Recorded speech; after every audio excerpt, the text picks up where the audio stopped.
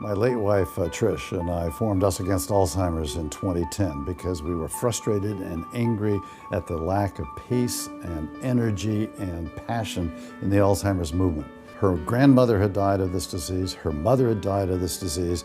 We were joined by a small group of friends who themselves had experienced Alzheimer's in their families. We collaborate with researchers, with corporations, with other non-governmental organizations and nonprofits because we want everybody to win. My mother was diagnosed and I became very well acquainted with the disease. We began by bringing together those most affected, including women, because women are 2/3 of the patients and 2/3 of the caregivers. We brought together grassroots supporters and influential women and convened conversations to build momentum. We formed partnerships with world-class organizations, companies, institutions, and thought leaders to create awareness and quickly become one of the first women's Alzheimer's movements called Women Against Alzheimer's. From the start, we focused on inequities in brain health, because Black Americans are twice as likely as whites to develop Alzheimer's.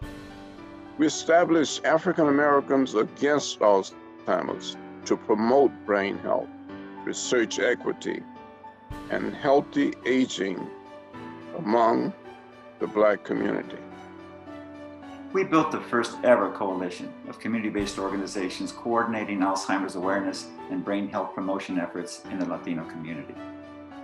Latinos Against Alzheimer's mobilizes researchers, advocates, and community leaders to take action on brain health disparities impacting millions of Latino families. We have all lived the Alzheimer's journey. We know its pain points, the details of the challenges and how the disease confounds every patient, every caregiver, and their families. We've also navigated the stark reality that no matter what we do or what we did at home or with a loved one in a facility, the disease always wins. We started the Global Alzheimer's Platform to address the cost, duration, and frankly, the inefficiency of Alzheimer's clinical trials. With industry, clinical trial participant, and philanthropic support, we created a network in North America of more than 80 research sites to speed the delivery of innovative therapies to those afflicted with Alzheimer's. We have increased the amount of research investment annually at NIH from $440 million a year to over $2.8 billion a year.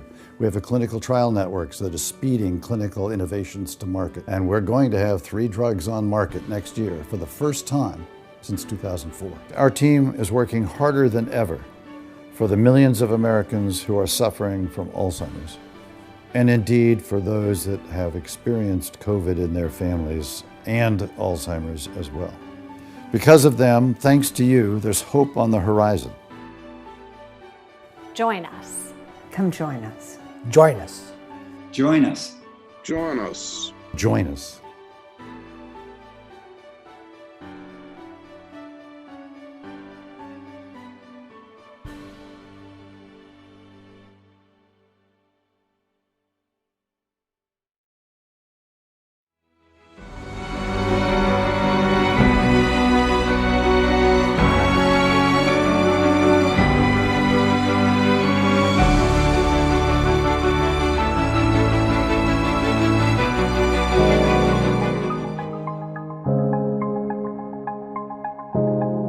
I am fighting for all the caregivers across the nation who are working tirelessly around the clock to take care of their loved ones while also balancing their health. I'm fighting for people like myself who are living with Alzheimer's or a related dementia. I am fighting for all, so no one else must live this dreadful disease. If there was no Alzheimer's, there would be millions of people who would still be able to hug their mom, their dad, their grandma, their grandpa, and I'm fighting for those people so that they can continue hugging them.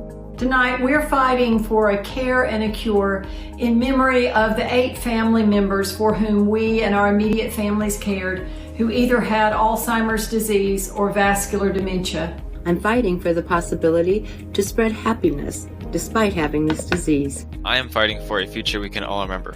I'm fighting in memory of my father, Vic Coda, who we lost this past July to dementia. I'm fighting for a cure in honor of my dad, who died of AD 3 years ago. I'm fighting for a world without Alzheimer's for all communities, regardless of race, ethnicity, gender, sexual orientation, or zip code. I am fighting for my grandparents who I have cared for, and for all other millennials and Gen Zs who will disproportionately bear the burden of Alzheimer's. I'm fighting for my mom, my dad, my father-in-law, who all died with dementia. I'm fighting for the right to have my body not outlive my mind. Studies suggest that Latinos in the U.S. are 1.5 times more likely to develop Alzheimer's disease than white non-Latinos. If there was no Alzheimer's, our abuelitos would live a better quality of life. They are whom I'm fighting for. I fight in memory of my mother and father, and in honor of all those people who made my parents struggle with dementia just a little bit easier.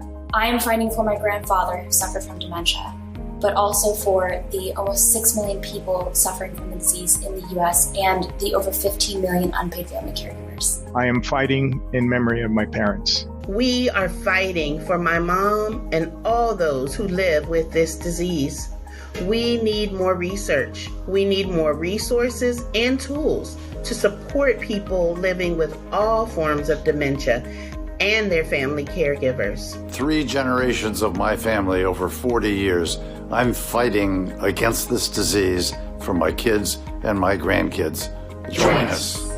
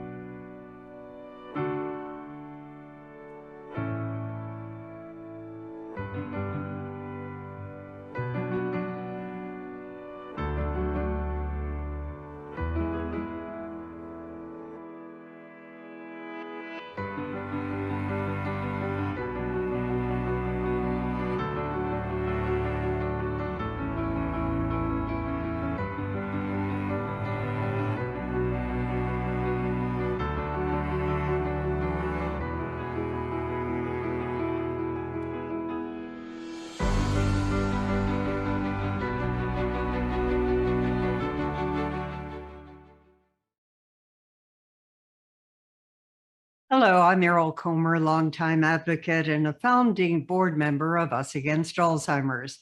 Welcome to day 2 of our National Alzheimer's Summit. If you missed any of the first day events, all of the sessions are available to watch on demand on our website, USAgainstAlzheimer's.org. In case you missed last night's gala, in honor of our co-founder, Trish Vradenburg, who brought all her talents as playwright, author, and her smart humor as a comedy TV writer to our tireless fight against Alzheimer's. Together with her husband, our founder and chairman, George Vradenburg, they were an unbeatable team, and her spirit lives on. At the gala, emceed on the West Coast by TV personality Lisa Gibbons, celebrity advocates like Seth and Lauren Rogen, who founded Hilarity for Charity, neurologist Lisa Genova, author of Still Alice, Josh Henkin, his book, Morningside Heights, and Patty Davis, former President Reagan's daughter and author of the new book, Floating in the Deep End, shared the power of their voices and commitment to our cause. Here are some highlights.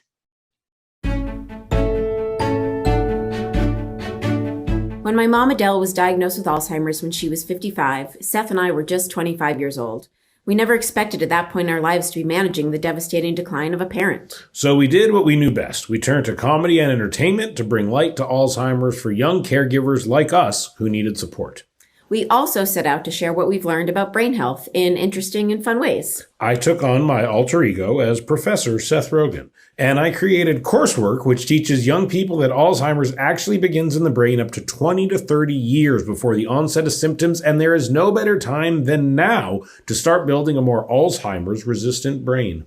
My grounding for my experience with my father that ended up being 10 years was my belief that his soul could not have Alzheimer's. And that enabled me to look beyond the disease, to look through the disease, not in the sense of denial, not ignoring the symptoms that were there or refusing to deal with the symptoms that were there. You can do both. You can deal with the disease, you can deal with the cognitive decline and all of the difficulties that come up, and still remember that there is a soul in there. There is a human being in there that I don't believe Alzheimer's can touch. And that human being still remembers that they love you. I know that the combination of commitment and dollars is really our best hope for ending the disease and ending the stigma around the disease. And I'm also really heartened by the way the arts community is getting behind the kinds of enterprises that your organization is engaged in to support research and education and other things that are so essential to the Alzheimer's fight. So mostly I just want to say thank you. It's not just enough to know something about Alzheimer's. I know you all know something about Alzheimer's. You've got to feel something about Alzheimer's. And to feel something about Alzheimer's, you have to know someone who has it, or you have to know a story.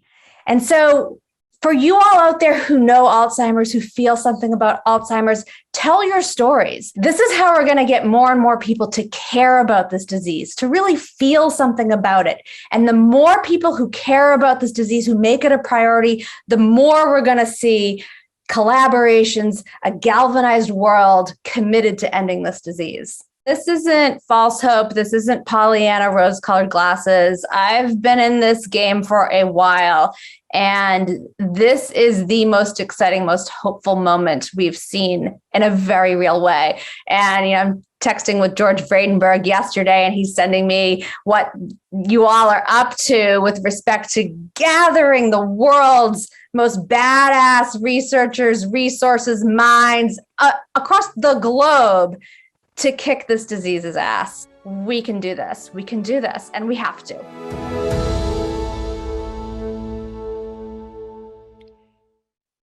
At last night's gala, we also offered a tribute to Marilyn Glosserman, our board member, who championed our focus on brain health as she bravely fought her own losing battle with cancer. Her positive spirit and tenacity will continue to inspire us all. USAgainst Alzheimer's is advocating to make brain health a national prevention goal. And it's certainly top of mind for all of us 50 plus. It's about being smart and taking action to reduce the risk of cognitive decline as we age. Let's hear now from Dr. Mark Hyman and other brain health champions. Hi, I'm Dr. Mark Hyman, and I'm really thrilled to be with you all on this very special occasion. I'm an expert in functional medicine, which is the science of creating health with a holistic, person-centered approach. And I'm really proud to introduce the next program priority, which is the early intervention and prevention of Alzheimer's disease. When the team at USAgainst Alzheimer's invited me to introduce this topic, I jumped at the chance for 3 reasons. First, I've long believed that prevention is possible, but we have to empower people to understand the role of nutrition, exercise, sleep, stress reduction, and other factors. As I often tell people, food isn't like medicine, it actually is medicine. Second, I've been so inspired by the work that USAgainst Alzheimer's is leading in the area of brain health and risk reduction. Your team is making progress at every level, driving clinical practice and improved education for providers, promoting brain health challenges with consumers, and engaging in policy work to make prevention a national priority. And third, I'm pleased to work with many incredible people who've made this progress possible. One of these leaders is Marilyn Glosserman, who was a board member at Us Against Alzheimer's. I'm here tonight because of Marilyn. She first introduced me to Us Against Alzheimer's, and I think she actually may have been one of the first people to sign up for my newsletter and writings about brain health. For more than 5 years, Marilyn was a tireless support of brain health. Before it was in vogue, she was advancing and advocating to anyone who would listen, and I have it on good authority that it was Marilyn who championed brain health within Us Against Alzheimer's. She stepped up and worked with leadership to bring this program to fruition. Please join me in honoring Marilyn for this dedication. Her impact can be felt by hundreds of thousands of people. Now let's see how Us Against Alzheimer's is putting Marilyn's inspiration into action. When it comes to brain health and healthy aging, these things aren't just things that happen to us. These are aspects that we can take action in. Cooking healthier foods, spending time outside, volunteering, working, whatever it may be. These can all be a part of how we approach brain health and healthy aging. And it serves to change policymakers' views about how they think about aging, away from dementia is inevitable to there are things I can do. We have to all work together on our chronic diseases because this nation has never invested in prevention. If we don't invest in prevention for every one of these chronic diseases and lifestyle health, we're not going to improve the outcomes for these chronic diseases, and we're not going to prevent dementia and Alzheimer's. I want to know everything I can do to prevent having dementia for me and other of my loved ones. And through this big platform of Us Against Alzheimer's, we're able to share all the information that we gain. We are working really hard and appreciate the collaboration of Us Against Alzheimer's, especially in the role of the prevention goal, which is very exciting. We must invest in prevention if we're really going to cure Alzheimer's disease. Alzheimer's disease will bankrupt our country in terms of Medicare and Medicaid costs, and this is true globally. So it's so important for us to work on prevention goals. We want to work to empower people. We want them to live healthier, happier, more connected lives. And I know that Us Against Alzheimer's wants to do that, and so does Silver Sneakers. And we love that can-do kind of bias for execution and changing policy, advancing innovation in ways that can really help our sick care system move into a true healthcare system.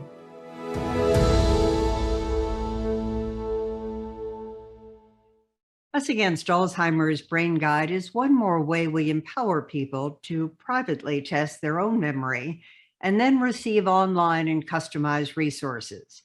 Here's how it works and why more than 150,000 people have used it for themselves or a loved one. Are you worried about your memory and brain health? Do you have concerns about a loved one? Us Against Alzheimer's can help. Brain Guide is a free platform that provides you with knowledge and resources to take the best next steps in managing your own or a loved one's brain health. Brain Guide includes confidential memory questionnaires that can be taken over the phone or online in English or Spanish. If you have memory concerns for yourself or are noticing changes to your thinking or memory, you can take a self-administered questionnaire. If you have concerns about a loved one's memory, you can take a questionnaire for someone in your life that you see often. When you are done, we send you tailored resources based on the answers you gave us, and you have the option to print a summary for your doctor. Brain Guide is not intended to diagnose or make treatment recommendations regarding Alzheimer's or any other disease.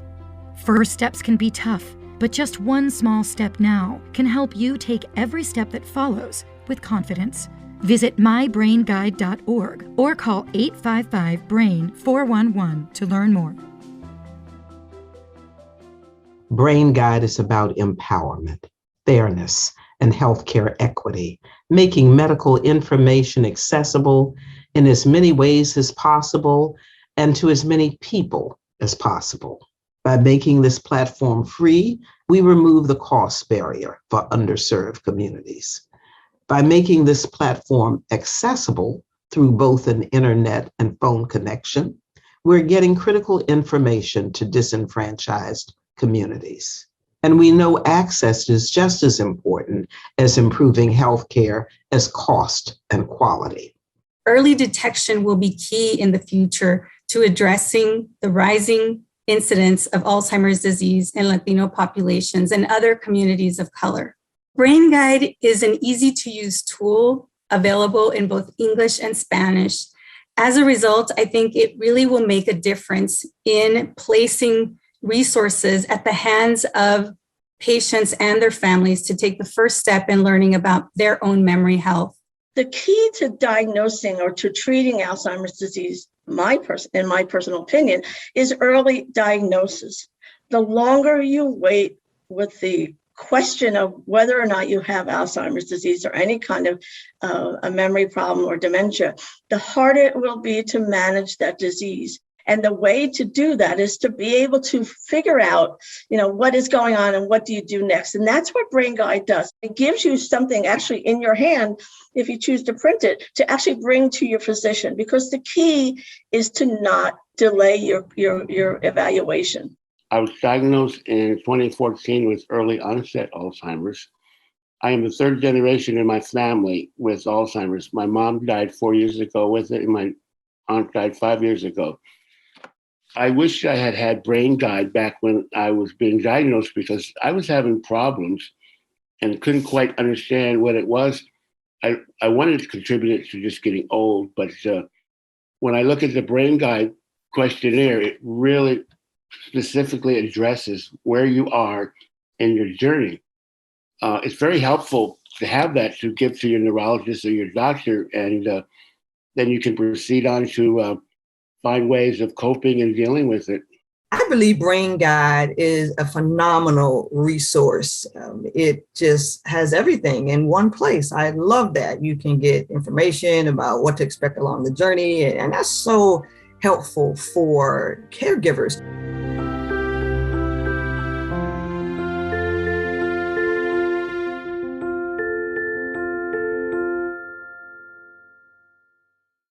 At last night's gala, I had the honor to interview Dr. David Satcher, former U.S. Surgeon General and recipient of this year's B. Lerner Valor Award, named after Trish's mother.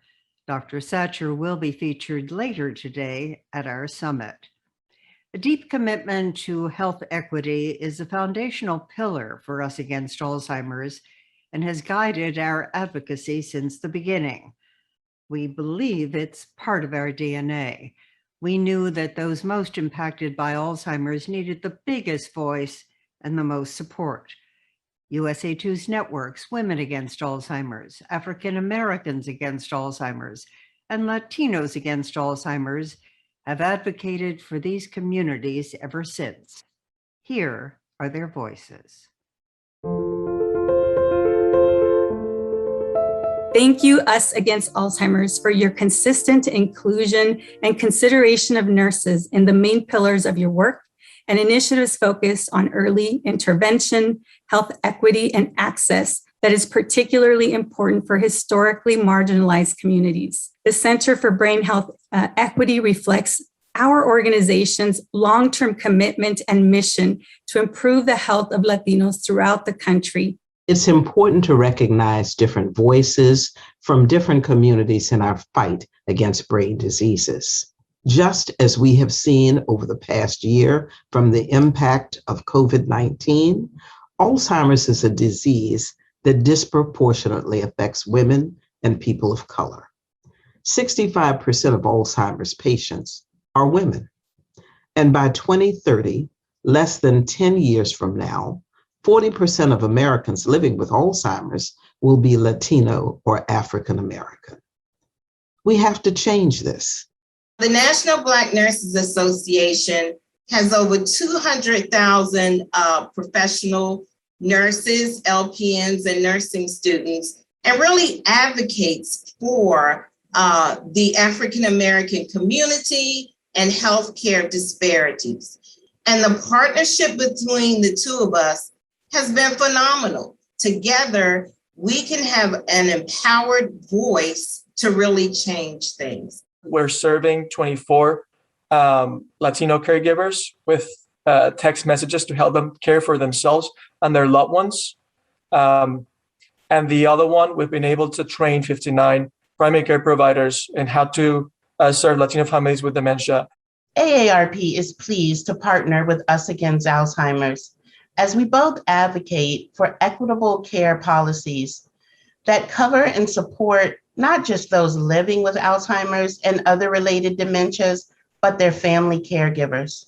It is critical that care policies such as paid family leave are enacted to better support these family caregivers that, given no other opportunity, may end up having to choose between caring for the person that they love or their job.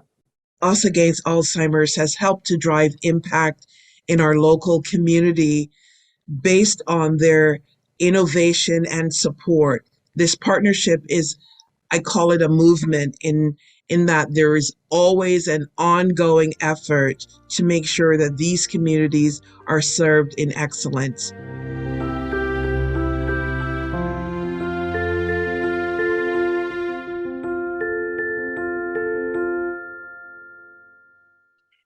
Another of our guiding principles since we launched in 2010 has been to give voice to those living with Alzheimer's and related dementias and their caregivers. Their needs, their perspectives drive the work that we do every day. We all have stories to tell, but the power lies into turning those personal experiences into what we like to call data with soul. Our AD PACE program conducts pre-competitive qualitative and quantitative research on what outcomes matter most to patients and caregivers to ensure that the voices of Alzheimer's are heard by government, policymakers, regulators, and the pharmaceutical companies.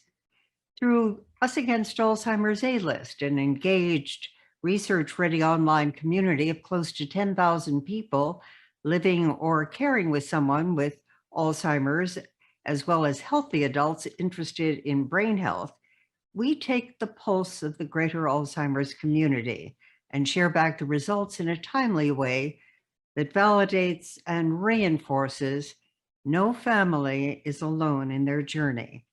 Let's hear more about how you can join the A-List and share what matters most.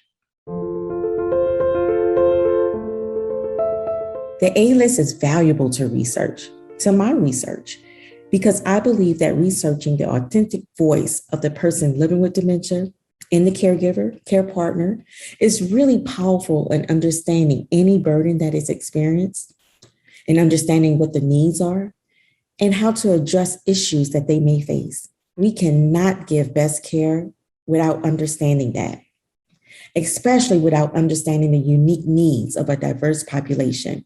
And the A-List is doing this. This is why I will continue to partner with the A-List so the voice of my community will be heard. I'm Jerry Taylor, and I'm living with Alzheimer's. Hi, I'm Jim Taylor, and I'm Jerry's husband and care partner. We're not clinicians or physicians, but we believe that it's important that every voice be heard in the fight against Alzheimer's. We're particularly happy to participate in A-List surveys because the surveys deal with questions that are important and vital to us, including COVID's impact on caregiving and what are the restraints to participating in clinical trials. These are all issues that Jerry and I are very much concerned about, and we're very grateful to have A-List helping us deal with these issues. Hello, my name is Martha Villanegro Santiago, and I'm a care provider for my mother living with Alzheimer's. Being a part of the A-List, I feel empowered knowing that my opinions are being heard by Alzheimer's researchers and policymakers. The A-List gives increased purpose and meaning to my journey. I was a caregiver for my mother who just passed from her battle with Alzheimer's last year in October. The A-List has contributed to a growing body of research on the lived experience and what matters most to people like me and you, people who are living with dementia and or caring for a loved one. Seeing how this research is making a difference and how my personal experience is translated into research inspired me to fund the A-List program and to further its impact. In celebration of the 5-year anniversary and the work to be done in the next 5 years, please join me in supporting the Us Against Alzheimer's A-List. Thank you so much. To join, go to alist4research.org. And now it's officially summit time, coming up at 1:30 p.m. Eastern. A panel on the power and potential of technology and precision data through tailored prevention, improved detection, diagnosis, and treatments to advance our fight to end Alzheimer's. We'll also cover how to ensure that these technologies and their benefits are accessible to everyone who needs them. Then at 2:30, we are honored to welcome 2 former U.S. Surgeon Generals, Dr. David Satcher, also a USA2 board member, and Dr. Jocelyn Elders for a timely discussion about how to make Alzheimer's prevention and brain health equity a reality for communities of color. Thank you again for being part of our summit and joining us today. Thank you for joining us. Up next at 1:30, Disrupting Brain Health Through Technology, the hope, the challenge, the future.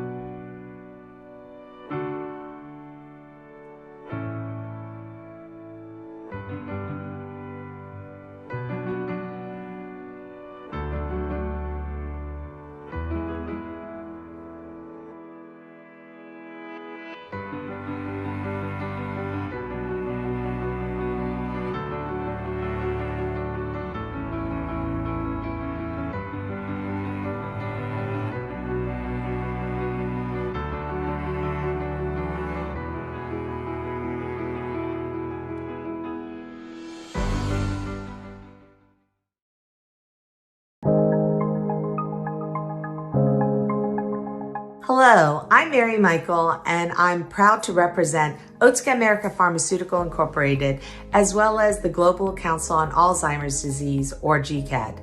I'm thrilled to tune into our next session, Disrupting Brain Health Through Technology. You see, one of GCAD's foundational pillars is finding ways for technology to support people living with Alzheimer's disease, as well as their care partners. In fact, we've been proud to support several pitch events looking for tech innovators who are exploring new solutions for Alzheimer's disease. So I'm excited to learn about leading edge work from the panelists here today, especially how technological interventions can help build equity. So thank you so much for joining the panel discussion today, and I hope you enjoy it.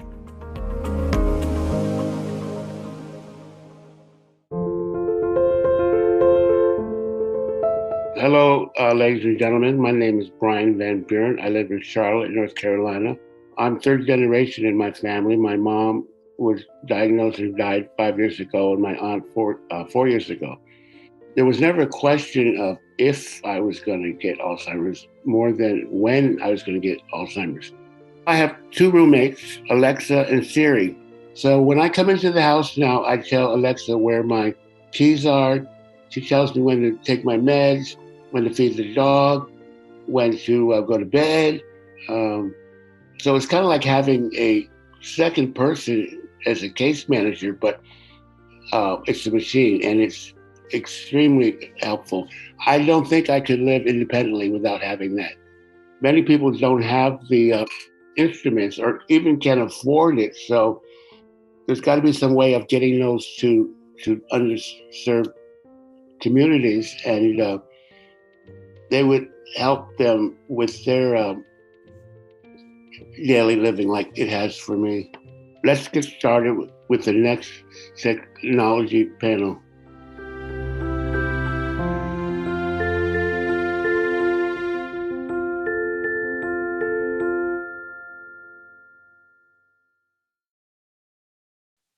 Hi, everybody. I'm Russ Paulson. I'm the Chief Operating Officer with Us Against Alzheimer's, and we're here to talk tech. My guests are Dr. Howard Fillet, geriatrician, neuroscientist, and a philanthropy executive who has led the Alzheimer's Drug Discovery Foundation since its founding, and Dr. Consuelo Wilkins, professor of medicine, senior vice president, senior associate dean for health equity and inclusive excellence at Vanderbilt University Medical Center. Both of these two, as you often do when you have talented panel, have biographies that could go on for the entire length of the session. But very talented, accomplished guests. We're fortunate to have their time today. And we're here to talk about technology because we hope that technology enables us to leapfrog where we are currently in the fight against Alzheimer's. So I'm going to just jump right into the panel. Today, every 6 seconds, somebody in the US develops the pathology behind Alzheimer's disease. Disproportionately, Black folks and Latino Americans. We don't know why. We don't know why they get it. They don't know it's happening until it's pretty far along. And we don't know who's going to progress quickly, who's going to progress slowly. We've got one drug now, but it's not a silver bullet. It's not an end to Alzheimer's. And even if we have a silver bullet, it's not clear the system is ready to put the silver bullet in the arms or mouths or whatever of everyone who needs it.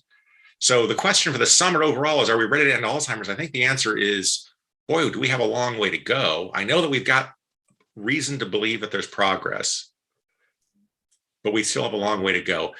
So I want to start with Howard. Is there something you all at Alzheimer's Drug Discovery Foundation are right on the cutting edge of where the drugs are, where the technology for diagnosis is? Is there something that with all those problems, it goes on for a long time, people don't know they have it, we don't know who's going to progress, we don't know how to make sure everybody gets it. How is technology going to help us with that? Well, there's a few ways, Russ, that technology is already helping.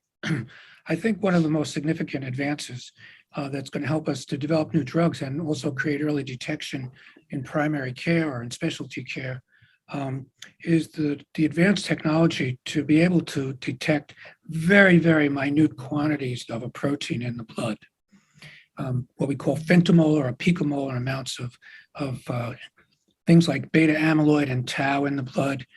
And these are diagnostic. They correlate very well with what goes on in the brain scan and what we see on the currently approved PET scans for Alzheimer's disease, as well as spinal fluids. And a recent advance is the approval of the first blood test for Alzheimer's disease called PrecivityAD, currently available now in 49 states. And I really think this technology, it's a technology advance, is going to change the practice of Alzheimer's disease in the community. And imagine in the old days, we didn't know how to make a diagnosis at all. And now someone can walk into a doctor's office and get a blood test that say they have a memory complaint. And this is just the first of many, many blood tests, I believe. I mean, we have what's called the ATN criteria in Alzheimer's, which is amyloid, tau, and neurodegeneration. And we have blood tests now for each of those. We have amyloid blood tests on the market. We have tau tests coming to market. And we have neurodegeneration markers like neurofilament light that are going to be coming to market or at market for Alzheimer's disease, as well as other technologies like neuroimaging. So we can do the beginning of what we see in cancer. Like when somebody goes in that has a tumor, we don't really think of it as a lung tumor anymore. We think of it in terms of its biology and its biomarkers. And we measure 20 or 30 of these to see which drug is right for that person based on the biomarkers. And I think we're just beginning to see a tremendous expansion in the kind of blood tests. For example, we're supporting some blood tests for TTP43. We're looking at alpha-synuclein and other misfolded proteins. And so we're going to see all different kinds of phenotypes. And the last thing I'll say is that this is going to lead to combination therapy, which will be a big advance. We're going to need combination therapy. And to get to combination therapy like we have in cancer, we're going to need blood tests. I think the other thing that's really a big advance is digital technology and digital health. And this is a huge advance using things like speech and language recognition, various phone-based cognitive tests that we're helping to support that are going to be coming to market or at market. This is really going to change the landscape of early diagnosis because we know that, for example, very early in the clinical onset of the disease, people's speech and language changes. And we can pick that up on the phone now and use that for early diagnosis. And those are just two examples of how digital technology is going to rapidly change the way that we do early diagnosis for Alzheimer's disease. So Howard, I'm going to stay with you for just a second. So that speaks to detection and diagnosis. Play out for our audience sort of how does that change what happens in everyday clinical practice? Well, I think it enables the diagnosis in primary care. That's one thing I think is really going to happen. It's going to really facilitate diagnosis in primary care, where, by the way, the majority of patients with Alzheimer's are currently diagnosed and treated. So I think that's going to change the practice. And as we have drugs coming down the pipeline, it's going to increase the number of people in the community that are really diagnosed definitively with a test, with a biological test, as opposed to a gestalt or maybe even some cognitive testing. We're going to actually see their pathology. And that's going to increase the pool of people that can go into very specific clinical trials, like if they have evidence of neuroinflammation, for example, on their biomarkers, then they can go into clinical trials addressing neuroinflammation.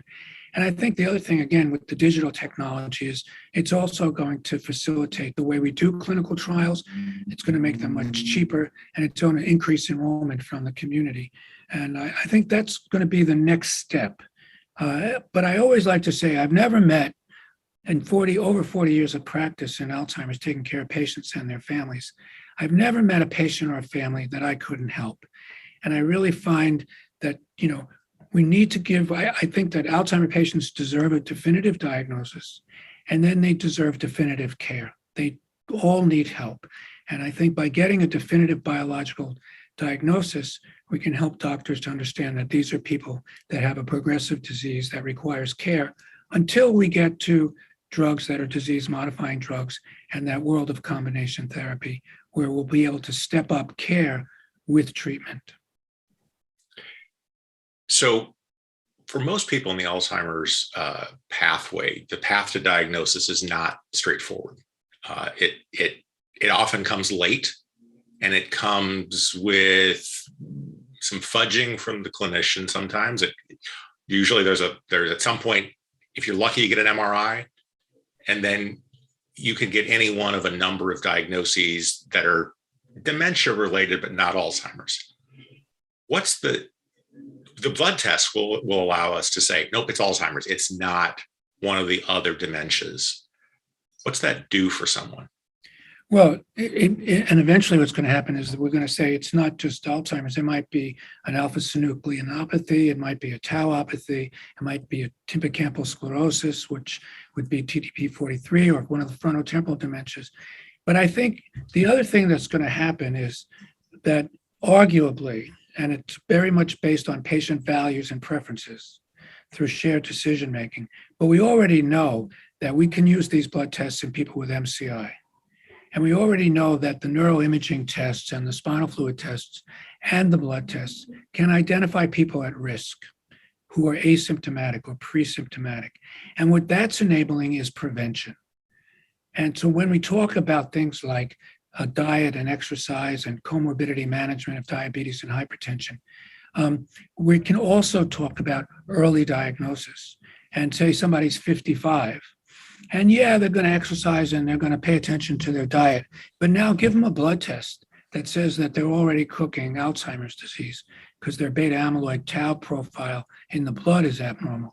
I think they're going to have a lot more incentive to go into prevention, clinical trials, and to do whatever they can, including getting their lives in order, to try to delay the onset of clinical symptoms. So I think these biomarkers, these blood tests, and the digital technologies are also going to enable accelerated research and care for prevention of the various dementias, not just Alzheimer's. So, Dr. Wilkins, Dr. Phillott posed a nice picture of the future. You spent your career, or at least a lot of your career, focused on whether that's true for everyone. How do you think about the likelihood of that playing out for Americans who are more disproportionately affected by Alzheimer's? And suspecting that the answer is not as well as Howard painted, what can we do about it? Absolutely right. You're absolutely right, Russ. So I think the picture that Howard painted is one that can only play out or exist for people who are privileged, for people who have not had to experience racism, xenophobia, limited access to care, limited access to dementia specialists, all of the potential, if that is our future path, how do we get more people in that path? How do we make sure that the tests that we're talking about have actually been tested in the populations who currently bear the greatest burden of the disease? And so we're currently functioning in a system that does not, weight the clinical studies, the evidence, the approaches in a way that we can actually determine if these people are more likely or less likely to benefit from what we bring forward. So I do think that we should be cautiously optimistic about, how well the uptake will be, as well as how much of a difference the future will make as far as limiting or eliminating some of the inequities that we have already seen in Alzheimer's. That's my sort of pessimistic view of that. And so I think on the other side, though, is the potential still for technology to really change our approach and how we actually can make a difference with Alzheimer's diagnosis. So, for example, African American, Hispanic, Latinx individuals more likely to be diagnosed later with the disease, less likely to be treated, less likely to have the diagnostic imaging. Some of this Howard pointed out. The tests that we're using, even for cognitive screening, may be biased. So how can we actually use technology to overcome some of these barriers, challenges that already exist? So could we be using technology to actually do screening earlier in the community, using specific kinds of apps or other technology that we haven't actually been using yet. Could we be thinking about how to redirect or direct people to access to care so that they could potentially get some of the blood tests and biomarker neuroimaging studies that are being developed and have been approved already? I think that requires us to really consider technology in a different way. We talk about technology often in a way as if racial and ethnic groups that have been minoritized and marginalized don't have access to them or they can't use them. It's this really very, negative sense of, or sometimes this charity mindset of that, we need to help them do things because they need it, as opposed to looking more at the assets that people have. Many people from racial and ethnic groups that have been minoritized use technology all the time. They're resourceful, they use it in different ways, but we're not leveraging that information, that knowledge, the way that technology is being used in the way that we design our research studies, our clinical interventions. And so we shouldn't be surprised then when they don't perform the same way or the adoption isn't the same. Have you seen it done well in another disease or other venue at all? Have you seen that principle applied and work? I think so, yes. So if you look at some studies like asthma, where they've actually, brought the voices and the ideas of children, adolescents with asthma into the design of, diagnostic tools and management strategies. It's a very different approach to actually wellness and staying healthy than if we as the physicians and researchers were designing it without them. I think the HIV community as well, or HIV/AIDS advocates have been very forward thinking and forward looking and bringing in the communities that are at risk to help problem solve and try and really design community-centered approaches to disease prevention and management based on their lived experiences. Howard, the technology companies that you work with and some of the diagnostics that ADDF works with, what have you seen them doing to sort of make sure that what they're developing does work for all people, who, especially minoritized communities? And what are their big barriers to doing more? Well, I agree with Quincell on this. I think one of the things that we're seeing is that a lot of the apps that are being developed for early diagnosis work on an iPhone or a Google Android type phone. And, I think to the degree that I think it's fair to say most people have phones and these apps might be free. I think that will help to democratize, like, for example, cognitive testing by digital technology or speech and language technology. So I think the platforms that these technologies are developed on, if they're new devices and they're not covered by insurance especially, then this will be a privileged type of approach. But I think if they're apps that are going to go on widely disseminated devices like phones, then I think we'll be able to reach a lot of people. The other thing with the blood tests, for example, is these are current. There's a couple. There's one that's currently approved by Medicare through the CLIA lab process. There's the PET scan there are 2 PET scans that are approved for neuroimaging, but they're not paid for by insurance companies, including Medicare or Medicaid. And I think as we think about the development of technologies through the research process, through the FDA approval process, we need to think all the way through the coverage and payer process to make sure that these things are paid for, so that anyone that has Medicare or Medicaid, for example, can get access to the new blood tests, for example, or the neuroimaging. Most MRIs are paid for these days, but that technology, the MRI technology, in the modern world of today, it's just not enough to really get a definitive diagnosis to get us to the world where we want to go. And I'm thinking forward here. I'm not talking about today. I'm talking about a few years ahead, 5 years ahead, where I envision the world.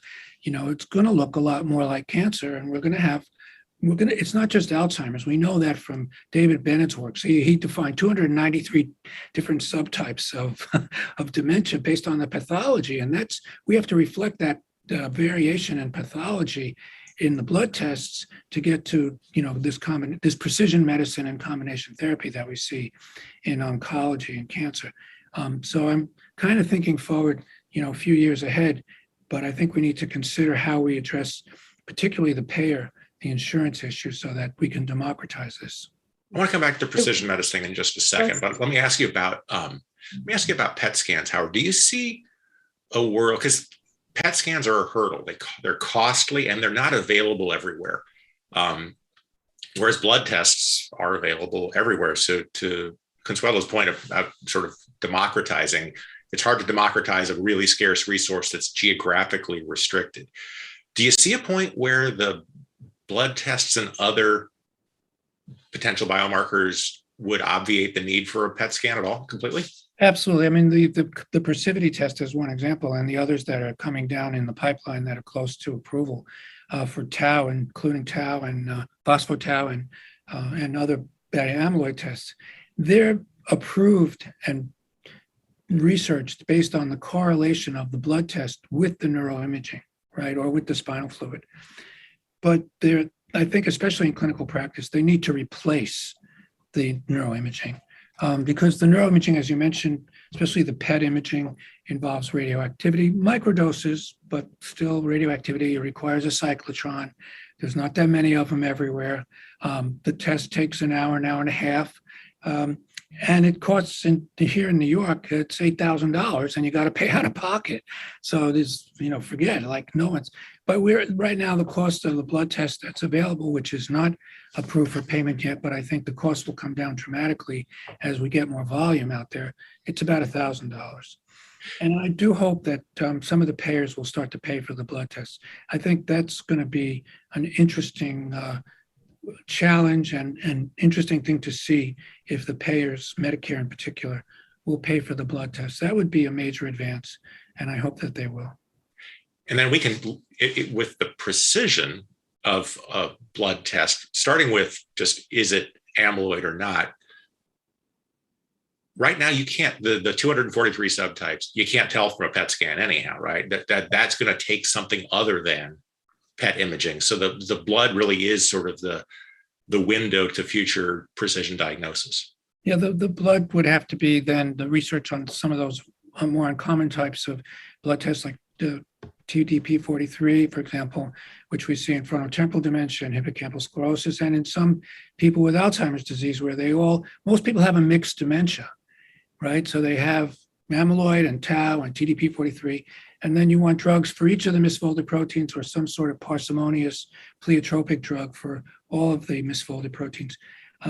And ultimately, in that case where we don't have a PET imaging agent, the blood test has to be validated on autopsy material. So now I want to go to the precision medicine for a second, but I want to get to it actually through Dr. Wilkins, because you actually work on a big study that NIH is doing. You're sort of one of the leaders of the All of Us study, which is, I think, part of the precision medicine initiative. Dr. Wilkins, I wonder if you could talk just a little bit about All of Us. And last I checked, it's doing pretty well in enrolling minority populations. And I wonder if, in addition to talking about what All of Us is and the hope for it, if you can talk to how is it being more successful than most at enrolling minority populations? Sure. Happy to talk about the All of Us research program. But before I do, I did want to have a quick follow-up related to precision medicine. And Howard mentioned this early on that, using, voice, or maybe you did, Russ, I'm forgetting, using language, change in language or voice as a way of screening or identifying early cognitive impairment. Let's use that as an example of how we could really be doing precision medicine. So often when we talk about precision medicine, we're talking about genetics, genomics, we're thinking biologics. But if we're really thinking about how each individual person can use information, technology, diagnostic tools for themselves to improve diagnosis, prevention, treatment, then we have to shift away from just genomics, genetics, biologics to all of the kinds of tools and resources that we have. So if we're going to look at language, for example, then there are ethno-linguistic differences in speech pattern and terms used. So if we develop this technology and we have an app that's going to record a person every day and has some kind of AI that's going to actually, take that and, decide if a person has had a change or not, it needs to understand that people from different backgrounds who speak English, for whom English isn't their first language, that there are going to be very broad differences there, and even geographic differences in how people speak, in addition to things that we probably are already thinking about, educational attainment. So we have to begin at the start of developing these, technologies, considering all of all of that variability. And if we don't, then we'll end up at the end with an app or a product that really is only going to work in well-educated, affluent people. And so I think that's really important. And that also certainly is part of, the basis of the All of Us research program. So All of Us is part of the NIH's Precision Medicine Initiative. It is a platform intended to collect data from multiple different sources, the genetic, genomic, biologic, clinical, environmental, as well as person-reported information in this platform so that we can do discovery using all of these kinds of data in an intersectional way. The program seeks to, over time, enroll 1 million people. And so, I'm fortunate to have been a part of the Vanderbilt team that started working on the pilot back in 2016, so 5 years ago, when we were coming up with what does the infrastructure look like for the All of Us research program, and how do we actually prioritize diversity? And diversity in many different ways, including race, ethnicity, gender, sexual orientation, geography, economics. And so a lot of the work in standing up this program actually began with community engagement studios for us. So this process of engaging the community is something that it's something that we developed here at Vanderbilt and Meharry, the community engagement studio. And at the time I said, well, if we're going to build this new precision medicine initiative, we have to get input from people who are less likely to participate in the research. And I actually put together 16 different categories of people who might be excluded or less likely to participate if we didn't intentionally engage them and try to understand how they might be involved. And so I put these 16 different groups up, so different racial and ethnic minority groups, older adults, people who speak English as second language, deaf, people who are blind. And I just imagined that someone was going to say, that's ridiculous, that's too many people. And they said, no, what do you need to get this started? So we actually went around the country engaging people where they lived. We were in church basements on the south side of Chicago. We were working with Hispanic nurses in Southern California.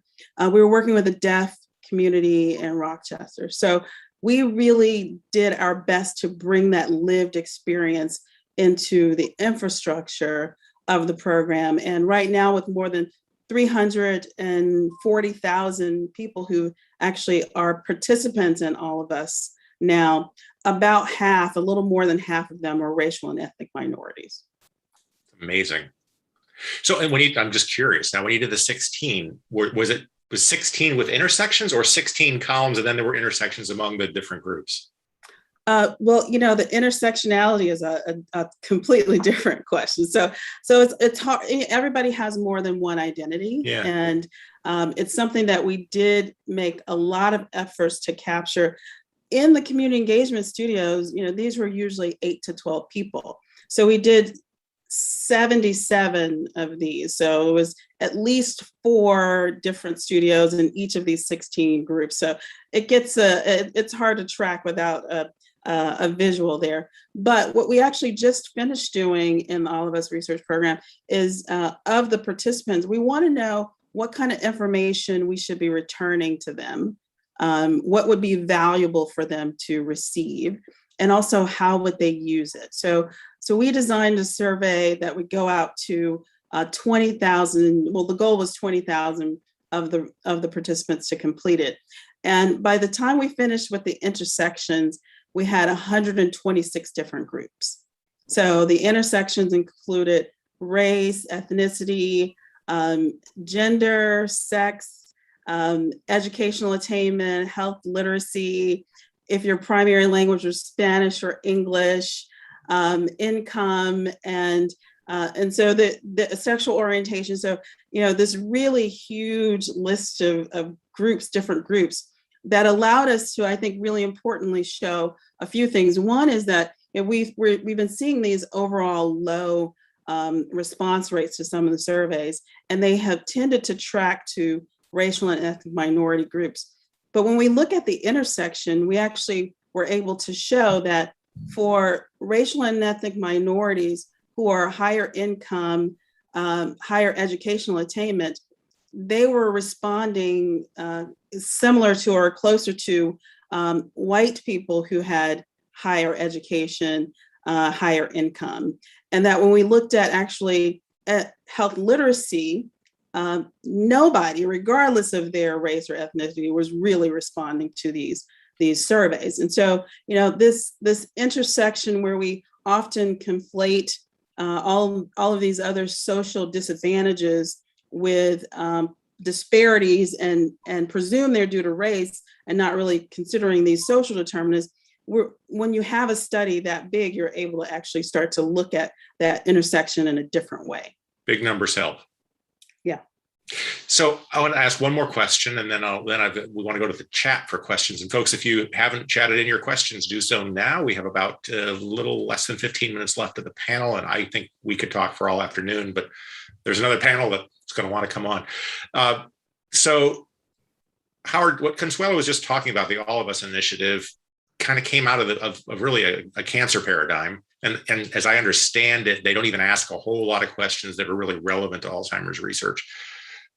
And you said a minute ago, you made some kind of comparison to cancer. And we always, I think those of us in this field think a lot about cancer. How can technology that we have today, that they didn't have in cancer 30 or 40 years ago, how can the technology that we have today help us sort of leapfrog so that we're not always lagging 30 or 40 or 50 years behind the cancer field? Yeah, I think it's a great point, Russ. There were studies that showed that from the time of the detection of identification of a risk factor to the development of a drug was 35 years. So, for example, from epidemiological studies in the 1950s, cholesterol was identified as a risk factor for heart disease. But the first statins didn't come to market until the 1980s, about 30 years later. And so that was kind of, because it takes a while to validate the risk factor and then start to understand the biology of the risk factor. How is that risk factor biology related to the pathology of the disease? Then identify drug targets and then spend, a couple of $1 billion in 12 to 15 years to bring a drug to market and hopefully get paid for it. Now, I think a lot of that's been telescoped. For one thing, technology, like the All of Us campaign, but there are many other registries in Alzheimer's disease now. There's the UK Biobank, there's the ABLE studies, there's the ADNI studies. There's a lot of registries out there where people can enroll online, for example. And this obviously was not possible maybe even a decade or two ago. So I think the acceleration of the understanding of the epidemiology of a disease, the importance of risk factors, the identification of new targets for drugs, is telescoped by internet technology, if nothing else, and then you have other technologies for accelerating drug discovery. I mean, there was just a really fascinating article that came out this week in JAMA about how a new technology. So if you want to understand how a drug works, you have to understand the three-dimensional structure of the protein that the drug is going after. And to do that in the old days, you had to do electron microscopy and crystallography, and it took years, right?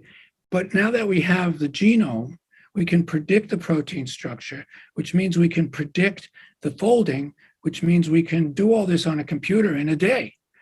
And so there are 20,000 human proteins, and the three-dimensional structure of all of them in the past year has been demonstrated using this new called DeepMind technology that Google developed.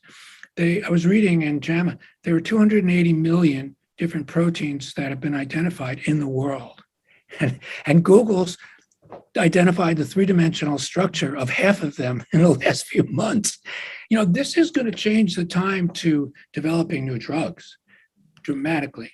And I can tell you one more story. We funded somebody back in the year 2000 for a year to understand the three-dimensional structure of a protein that we're interested in. And now that can be done in less than a week. So cancer kind of paved the way, but technology is accelerating every aspect, from identification of risk factors, epidemiology, observational studies, all the way through to the development of chemistry. So for folks who are watching now, who are not active in this field, but have an interest in Alzheimer's, Howard, you mentioned a bunch of different registries. And Consuelo, I'm going to ask you about the All of Us study, but if people want to help, if people want to get involved because they've got a loved one or a family history, what can they do to getting involved in this research that technology is going to help enable? I'll start with you, Howard. Well, that's a good question. I think access the API initiative that Eric Ryman runs, for example, out of Banner with APOE4 people, I think there has to be referrals, and there needs to be more awareness of the presence of these registries through primary care doctors, basically, or neurologists, specialty care. And people have to want to do it. They have to have that sort of altruistic motivation. And, and again, minority populations, we have to address their getting involved as well, clearly. So I think that's in my view, and this might be a naive point of view, I think there's not enough of sort of advertising and mainstreaming the availability of these registries. I have seen it with All of Us, but you don't really see it with many of the other registries that are out there, especially the ones that are specific for Alzheimer's disease. So Consuelo, if people want to get involved in All of Us, how do they do that? Joinallofus.org is the website that you can go to and find more information. You can actually become a participant completely virtually, but there are also lots of sites around the country that are recruiting in person at their health centers, including some community health centers, which I think is really important and a big reason that we're able to have some diversity, especially in terms of socioeconomic diversity. I think the point about where you go, though, if we're specifically thinking about groups that have been marginalized and minoritized, the trust is an important aspect there. So, and often when we talk about trust, we're doing so in this way that is somehow blaming minority communities for not trusting us as researchers, when I think the onus is on us to be trustworthy.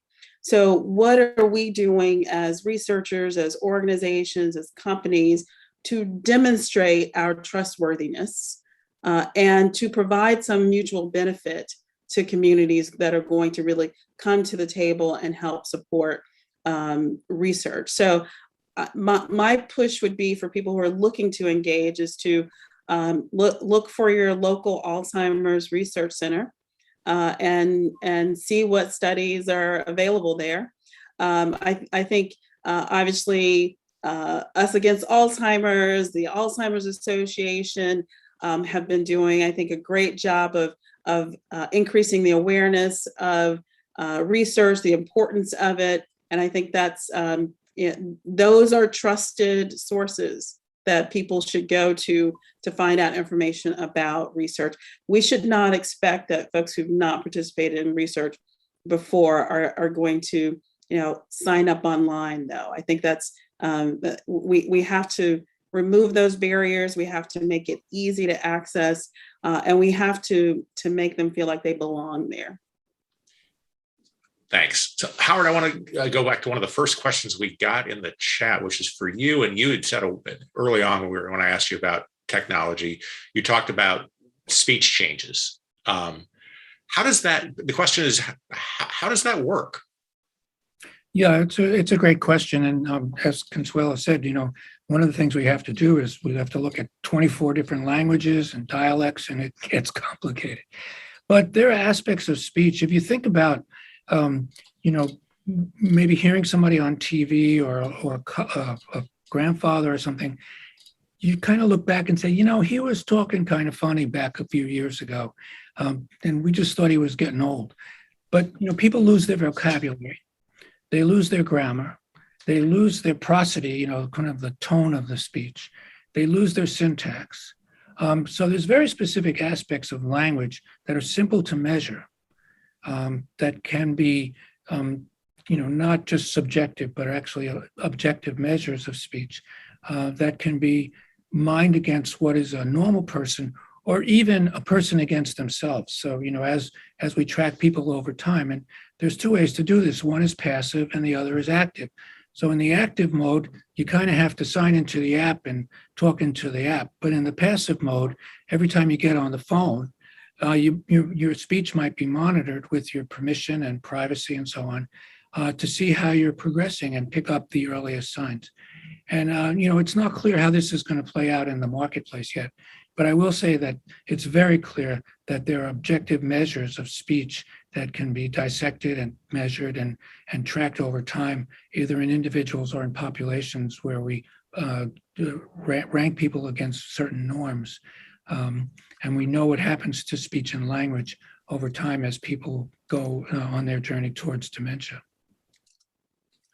Dr. Wilkins, the question for you from this, I asked you a lot about the All of Us study, and the question from one of the viewers is, what are you going to do with all the data that you can get from this now 340,000 people? What are you going to do with the data? Well, the data is meant for everyone to use. So the idea behind All of Us is that there is a platform with this rich set of data on individuals from multiple different sources that any researcher can go to the platform, sign up for access, and get to use to ask and answer questions related to their interests. Ideally, we also would love to see individuals from the community, so community scientists, to go and actually use the data as well. Similar to the UK Biobank, it's disease agnostic, so it's intended to be a resource for discovery for many different conditions. Great.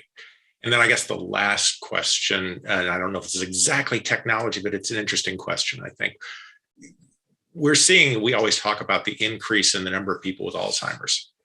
Is that because of more detection, that the technology that Howard was talking about, or we no longer are confirming Alzheimer's when someone dies, we're able to detect and diagnose earlier? Are the increasing rates of Alzheimer's because technology is improving, or is it something else? I'll start with you, Dr. Wilkins. Well, I think we're certainly more aware of it. So I think the increased awareness of Alzheimer's disease is part of it. That helps from the clinician standpoint. I think, at one point, many clinicians who are not trained in this area were just more likely to say senility or not really make the efforts to make a diagnosis or even refer. Obviously, at least up until the pandemic, the people were living longer. So I think, we probably are seeing as well some increase in incidence and prevalence of the disease. But I think the heightened awareness and the willingness to accept a diagnosis has made that possible. Of course, opportunities for treatment as well. Howard, anything you want to add? Well, I agree. I think Dr. Consuelo said it well. The only perspective, again, I'm very forward thinking. There was a recent paper that actually looked at, how often these blood tests or PET scans are positive across the board. So we have, depends on how you look at it. We used to only think of it in terms of mild, moderate, or severe dementia. Then we added this new category of MCI, which is a lot of people, maybe doubling the number of people that actually have clinical symptoms. And then subjective cognitive decline, which was recently recognized by the FDA as a potential indication in people with positive biomarkers. So you're getting a lot more other people. So now you're going from like 5-6 million to 10-12 million people that have these prodromal forms of clinical symptoms. And just like in heart disease, we can estimate how many people have plaques that haven't had heart attacks, or how many people have high cholesterol that are at risk for heart attacks that have plaques. And there was a recent study that estimated and modeled that today, if you think of how many people have plaques in their brain, which is the hallmark of Alzheimer's disease in the United States, it's 47 million people, which is a stunning number, right? So not all those people are going to get demented. Not all those people are going to have cognitive impairment. But the risk population, the number of people that have Alzheimer's disease as measured by positive amyloid tests is much larger. And I think this is important as we go forward to understand the population that we might eventually want to address for prevention and who is going to be symptomatic. So I think it's as Consuelo mentioned, it's aging of the population, it's increased awareness, it's easier diagnosis. Once the blood tests get out there, I think we'll see another surge in the number of people diagnosed and hopefully coded for in the insurance databases. I think that's a whole nother issue, but doctors tend to code for diabetes and hypertension, and they don't code for Alzheimer's disease quite often enough. So a lot of cases just get lost in the coding when you're looking at claims data. And there's sort of technical issues why I think the number of people with Alzheimer's disease is underestimated. And I guess we'll have to leave it at that, although I have many more questions in the chat and many more I'd love to talk to you guys about. Dr. Howard Phillott, Dr. Consuelo Wilkins, thanks for joining us today at the Us Against Alzheimer's National Alzheimer's Summit. Coming up next, a panel with 2 former U.S. Surgeons General. You won't want to miss that. Thanks. Thank you. Stay with us. Up next at 2:30, Public Health Leadership in the Fight Against Alzheimer's.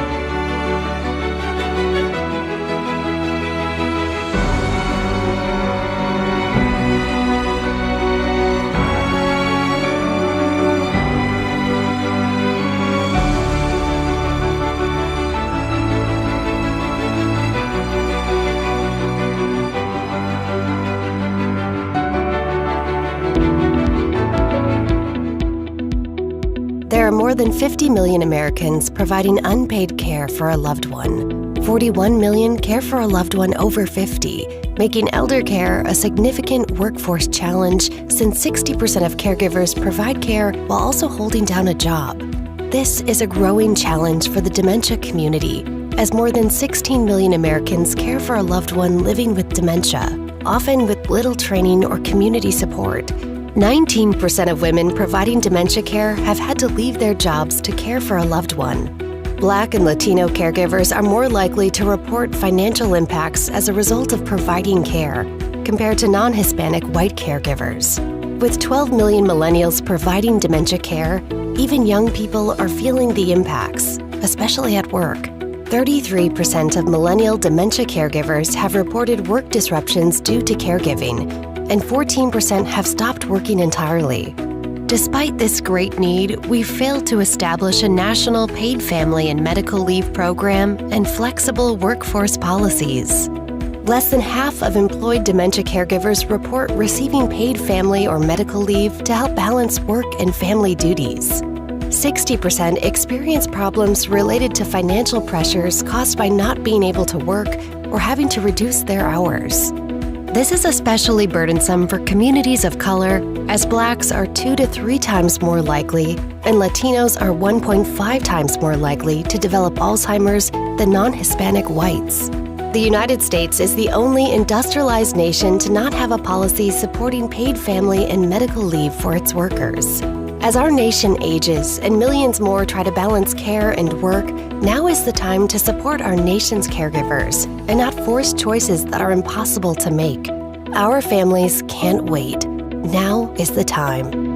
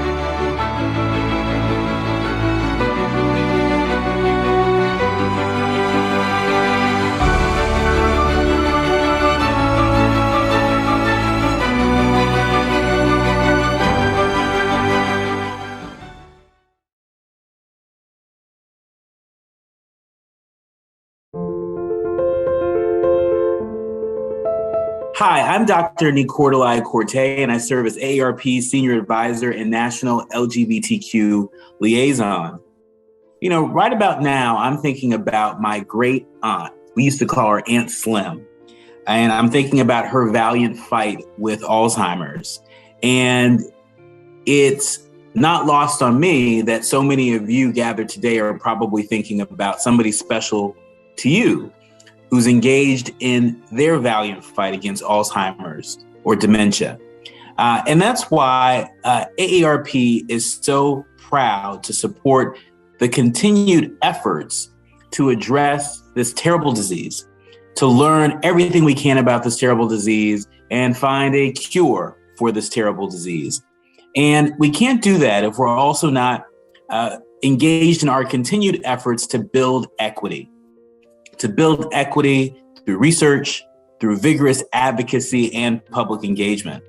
And so as we think about what it's going to take to deliver a full pandemic recovery, we cannot turn a blind eye to all of our communities, while some of our communities benefit from such research, from such advocacy, from such public engagement. We are so proud to partner with Us Against Alzheimer's and their continued efforts to build equity.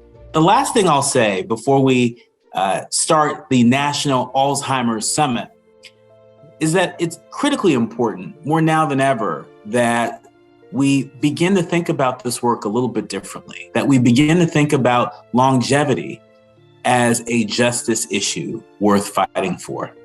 For more information on the work that we're leading at AARP, you can visit aarp.org/build equity.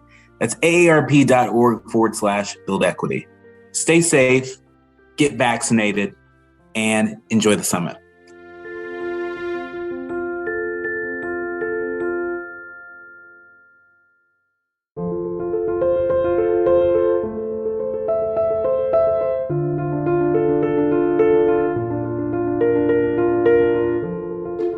As it stands, approximately 6.2 million Americans aged 65 or older are living with Alzheimer's disease, and women and communities of color face disproportionate impacts of this disease.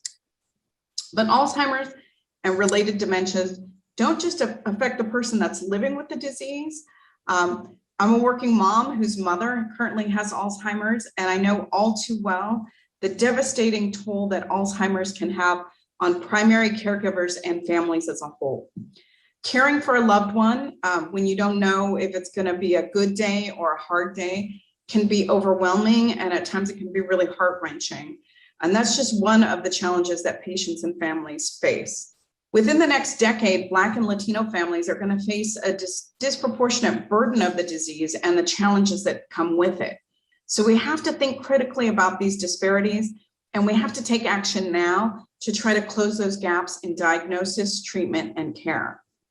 One thing that we can do to make life easier for patients and caregivers is to ensure that they have access to the information and support they need as early as possible. As millions more Americans, particularly in communities of color, are expected to be diagnosed, it's vital that every family have early access to the care and the resources that they need. Early diagnosis is just one of the many ways that we can take action to address health inequities.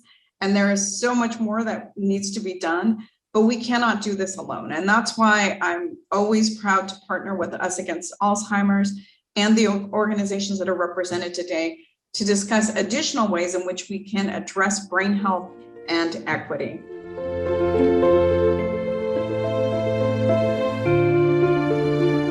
As Surgeon General of the United States, I heard loud and clear the voices of senior Americans who feared losing their cognitive ability, as they may physically outlive their deteriorating brain function.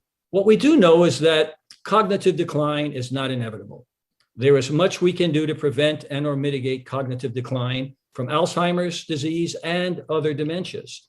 In addition, we also know that controlling lifestyle choices and health risk factors can prevent and or mitigate progression of dementias.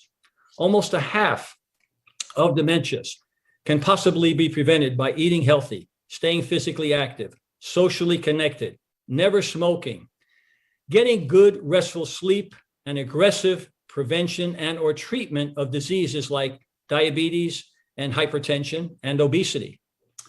Unfortunately, as we know from the predictive value of the social determinants of health, chronic diseases, COVID, and now dementias as well, communities of color and females have a higher incidence of Alzheimer's. By 2030, over a third of Americans diagnosed with Alzheimer's will be Black or Latino. All of this is complicated by a rapidly aging population, saddled with preventable chronic disease, cared for in a health system more aptly termed a sick care system that is inadequately structured and staffed to address the needs of the tsunami of Alzheimer's disease and other mental health and physical health challenges that are before us. We all want to live longer, younger, healthier, happier, and cheaper.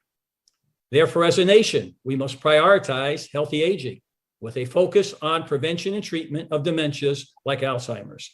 We must understand that the public we have the privilege to serve is depending on us. For the challenges before us are not only of a health or economic imperative, but actually they're also national security issues. The window of prospective opportunity is closing. If we miss it, we are destined to be overwhelmed by preventable disease and economic burden while trying to survive what we could have prevented.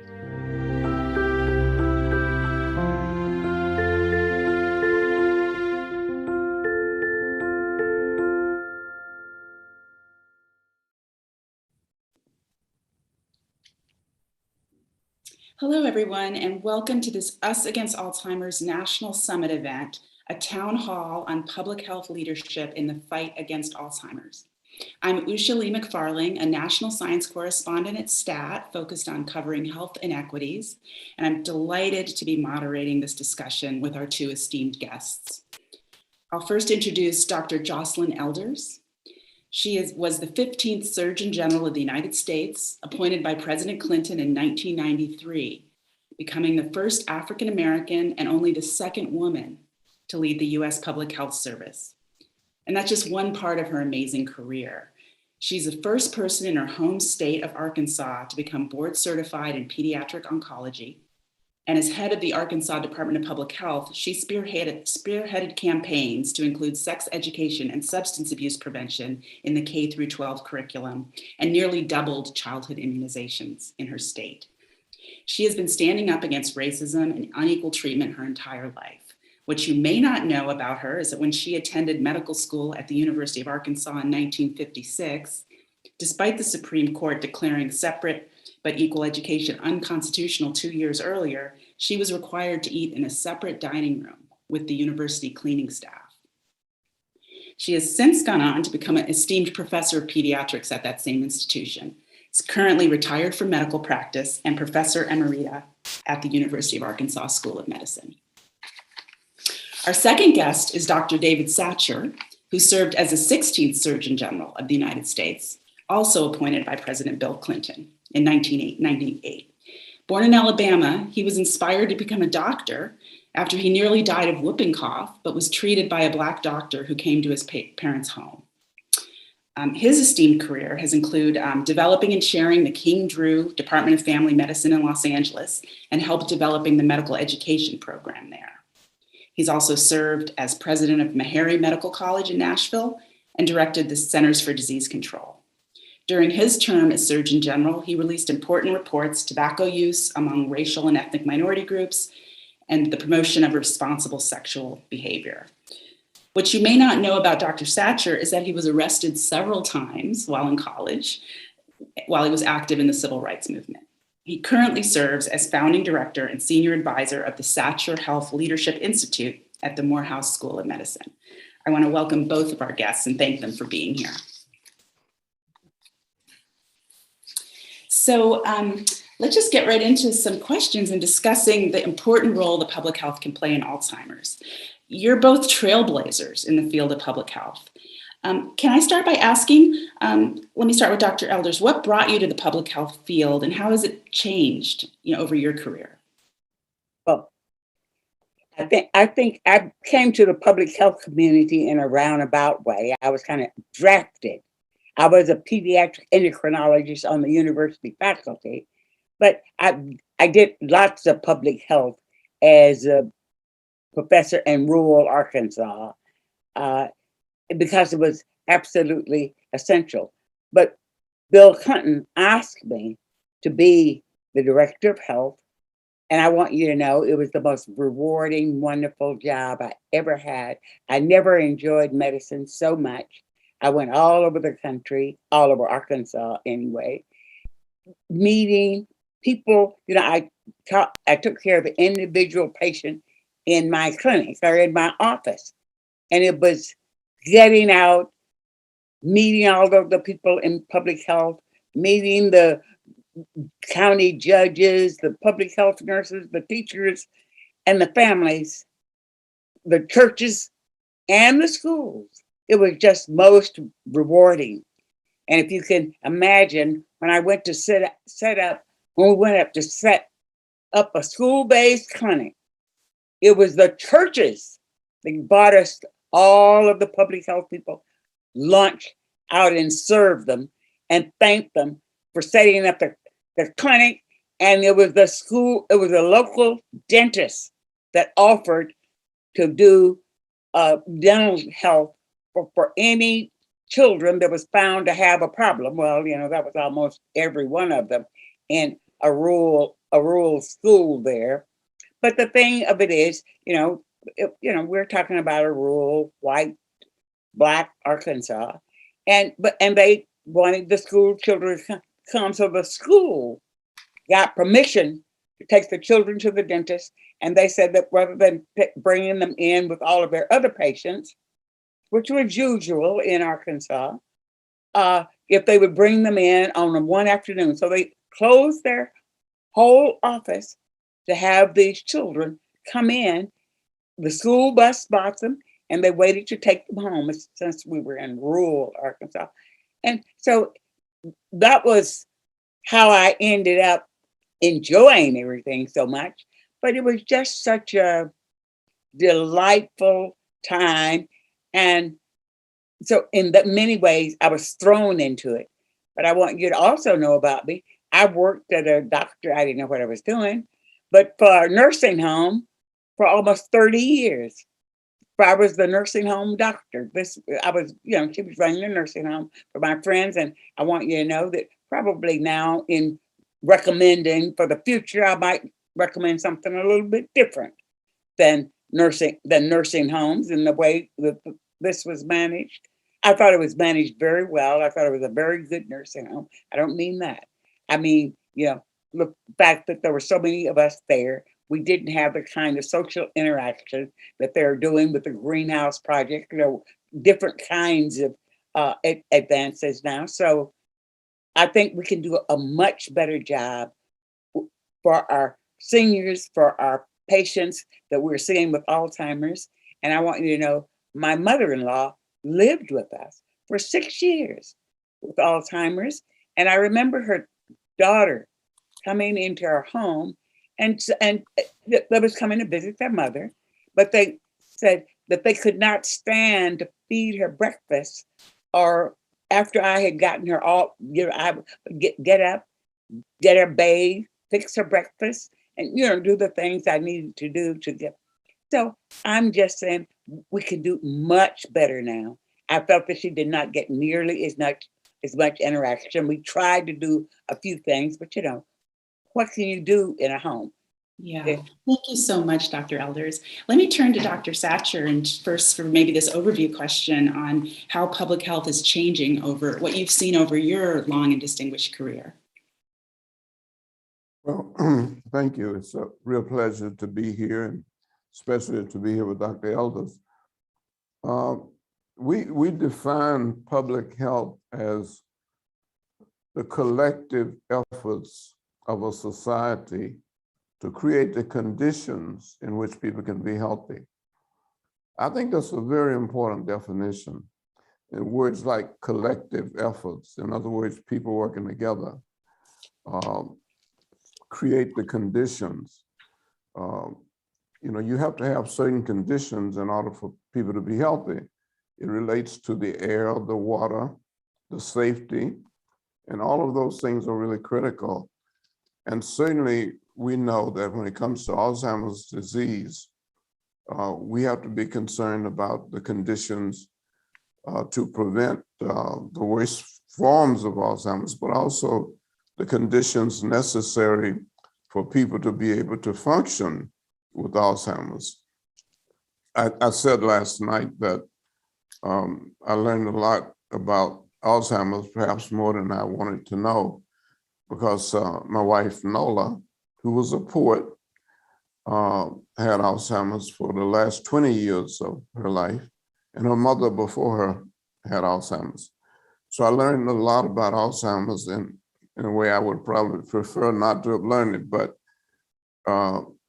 my wife was a beautiful person and wrote beautiful poetry. And I can only say that I think when it comes to public health, the question becomes, are we working together to prevent dementia? Are we working together collectively to make the best of people's lives if they have dementia, especially Alzheimer's? And that's very important in the definition of public health. Let me say that I think we don't have a cure for Alzheimer's, and it would be unfair for us even to say that we have an effective treatment, but we still have to find a way to make the best of the lives of people who have Alzheimer's.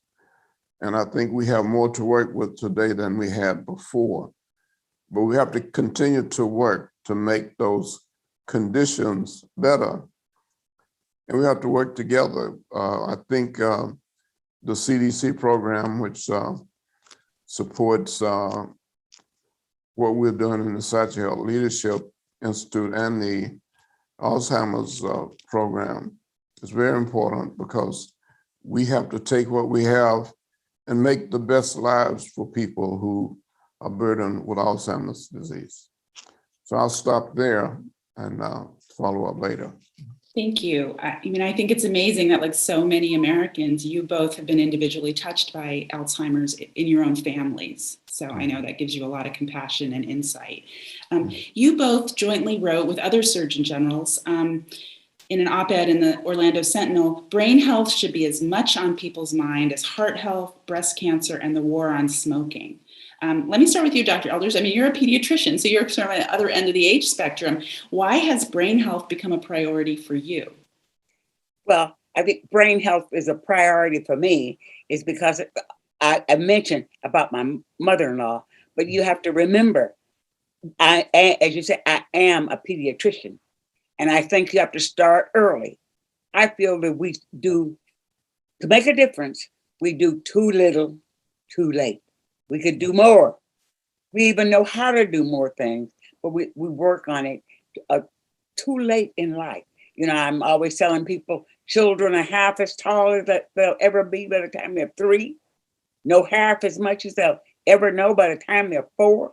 So we've got to get started in getting the children organized, thinking, and involved, and hope, will, and drive has been determined by the time they're 5.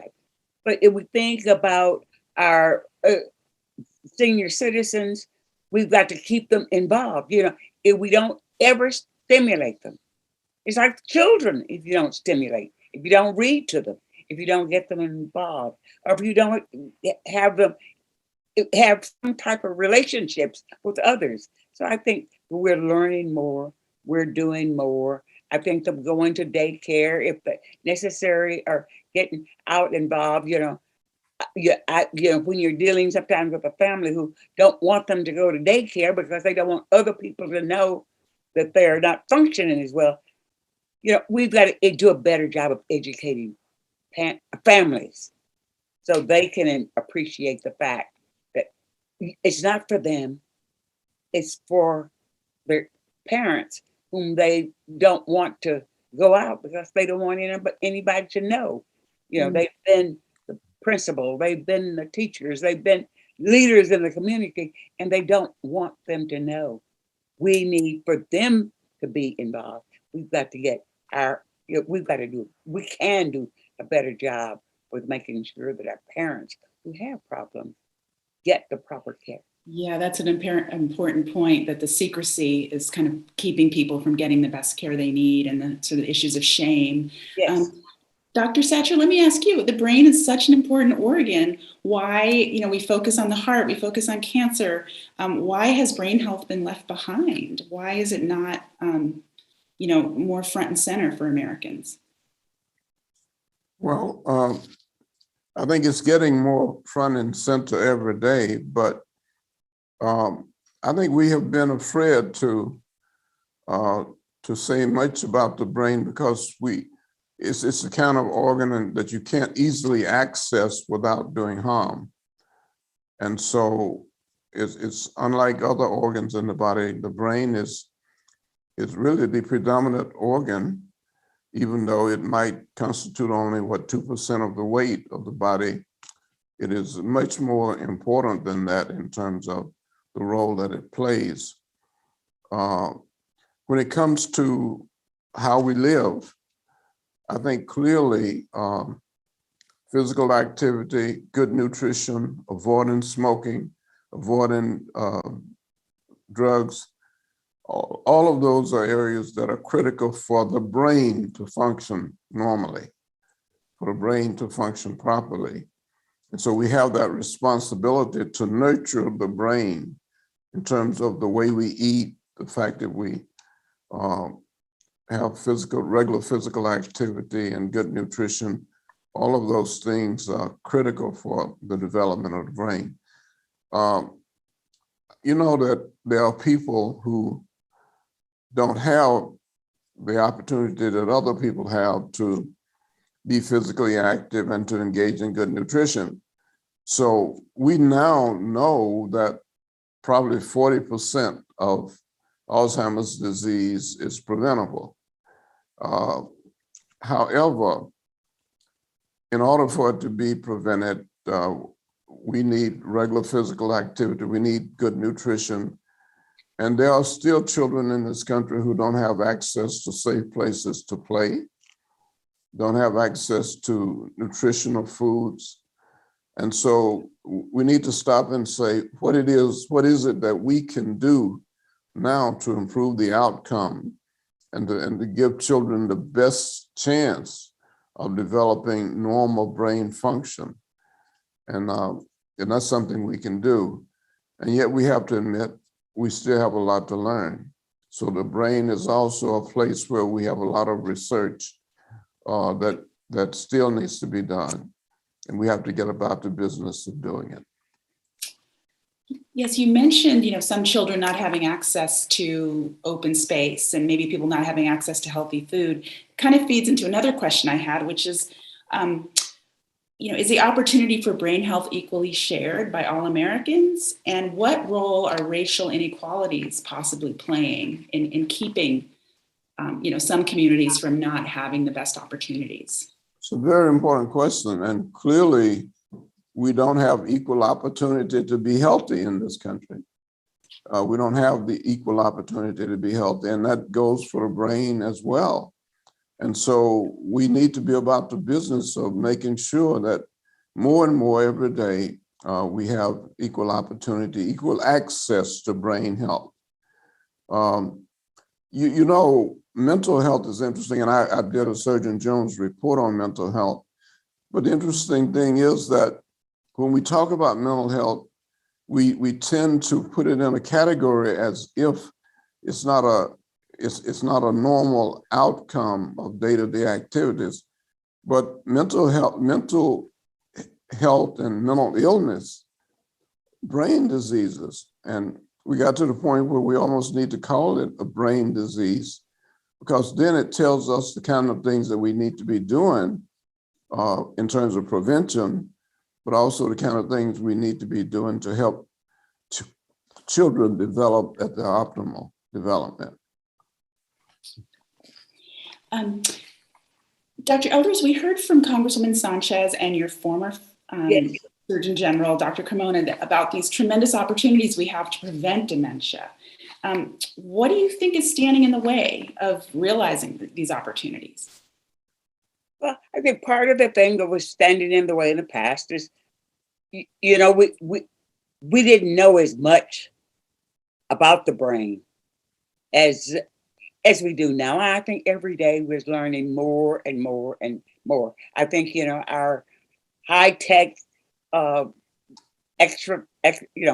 CAT scans, MRIs, and other, you know, kinds of metabolic activities of the brain. We're learning more and more.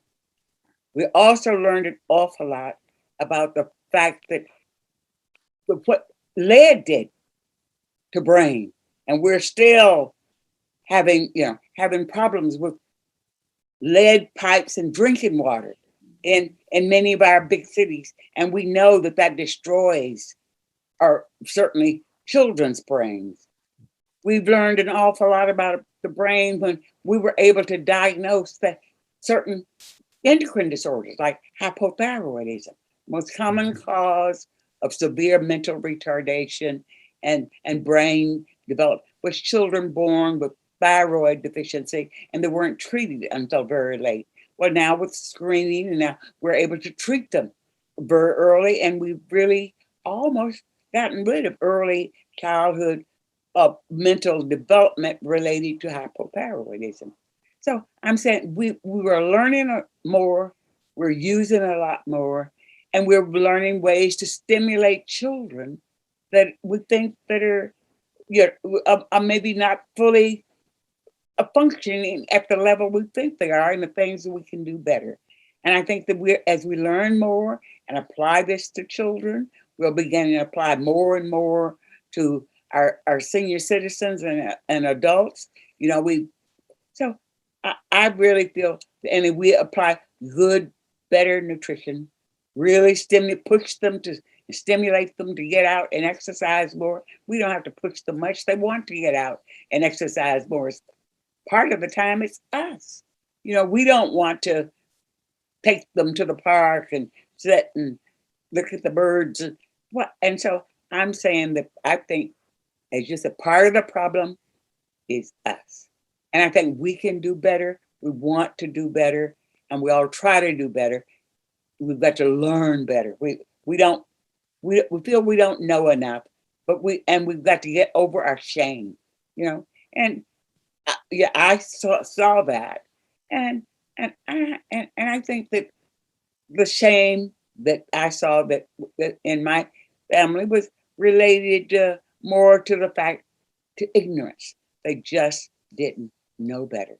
They want to do better, and so I think we have a big teaching job ahead of us in educating all of our citizens about Alzheimer's disease and make it well known, better known, make it acceptable as a disease.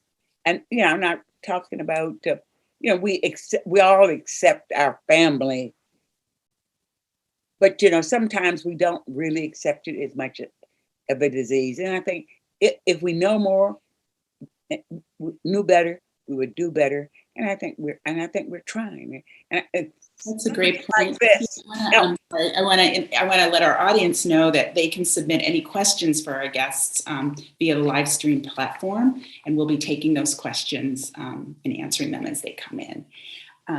Let me ask this very timely question to Dr. Satcher. We've seen COVID-19 devastate families and entire communities. I'm wondering if you have any thoughts on how the Alzheimer's epidemic is linked or interlinked with the COVID-19 pandemic. And are there any lessons we can apply towards Alzheimer's? Well, that's a very important question. And I must say, first, I should begin by saying there's still a lot we don't know about COVID-19. I mean, there's still a lot we don't know about Alzheimer's, but there's especially a lot we don't know about COVID-19. And I'm afraid that we're going to learn some things that we're going to be really sorry about in terms of this disease, in terms of its long-term effect, what some people call the long haul. There's a study going on now in which people are are studying the brain of people who've had COVID-19, and over a period of time doing repeated analysis of the brain and how it's functioning, doing memory tests, things like that. So there are two things that need to be said. One is that we talk about disparities in health. And what we now know is that those disparities that we've been talking about can become the setting for difficult problems when we encounter a virus like COVID-19. So COVID-19 impacts African Americans, Hispanics, and others more severely, in part because of disparities when it comes to nutrition, obesity, diabetes. Those diseases in which there are disparities also represent a setting to be more severely affected and more easily infected by the COVID-19 virus. So when I hear people talking about why they don't want to get a vaccine, what bothers me is that I'm afraid that we might just find that the COVID-19 virus is more serious than we've even thought when it comes to the long run. So we do need to really push to get rid of this virus as soon as possible. Yeah, it's very worrisome. Let me turn to a question from the audience. So a federal advisory council recently recommended that our national Alzheimer's plan be updated to add a focus on risk reduction.